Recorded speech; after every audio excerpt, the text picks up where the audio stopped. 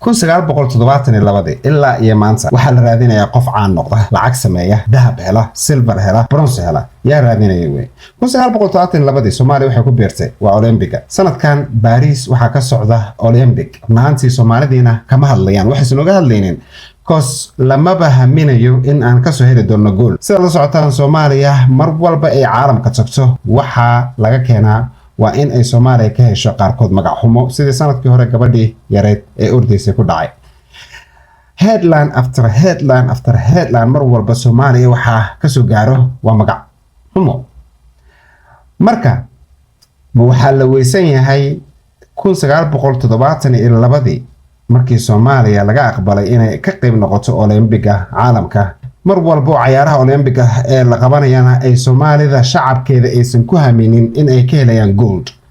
waa arin ayaan dara ku ah Soomaaliya, dowladeeda, Somali Olympic Committee iyo dad kale oo fara badan oo arrimahan qusayso run ahaantii. Haddaba dhalinyarada Soomaaliyeed ee lama saari karo, waxaan loo saari karin. Waxaan la soconnaa Soomaali aad u tiro badan in ay caalamka kale markay u ordayaan ay dahab iyo gold iyo silver iyo bronze ay ka soo helaan. Waxaa kamid ah Bashiir Cabdiwaan garanayna, waa nin u orday Belgium. waxaa ku jiro kala Cabdi Nageeyo, wuxuu ordaa Holland. waxaa ku jiray Cabdixakiin Colaad oo Denmark u ordi jiray. waxaa ku jira Mustafa Maxamed oo asagana Sweden u ordayay. waxaa ku jira Maxamed Axmed oo asagana Canada u ordayay, iyo legendka la yaqaan ee Maxamed Faarax oo asagana Ingiriiska u ordayay. Cabdixakiin Cabdiraxmaan oo Mareykanka u ordayay, iyo Xasan Naciid oo asagana Mareykanka u ordayay. iyo waxaa jira kuwa kale oo badan oo hadda dhalinyaro ah oo runtii wadamaha qaarkood ay orodada u bilaabay, qaarkood waxyaalo kale sportiyada noocyada kale sameeya oo wadamo kale matalo.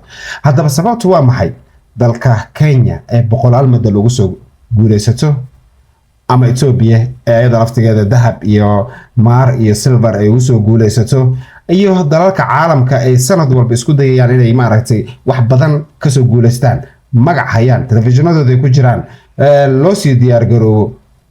why Soomaaliya ay ilaa ay hadda aan loogu diyaar garoobin? why ay Soomaaliya ilaa ay hadda ay xoogga u saareenin in dhalinyaro tayo leh, caan ah, magac leh oo run ahaantiina dalka magac u soo hoyo ilaa hadda maxaan loo helin? waa su'aal joogto maanta, balse su'aashaas idinku baa ka jawaabi kara. anigu run ahaantii waxaan u arkaa inay tahay daciif in maanta dadkeennii, dhalinyaradeenii dalka joogay aan qaarkoodna ku haminaynin in ay dirishadaas furan xoog ku galaan, magacna ku yeeshaan, lacagna ka tabadaan. waa anigoo Nabiil Xasan Nuur. maanta waa maalin kale kana duwan shalay. Soomaaliya ha noolaato.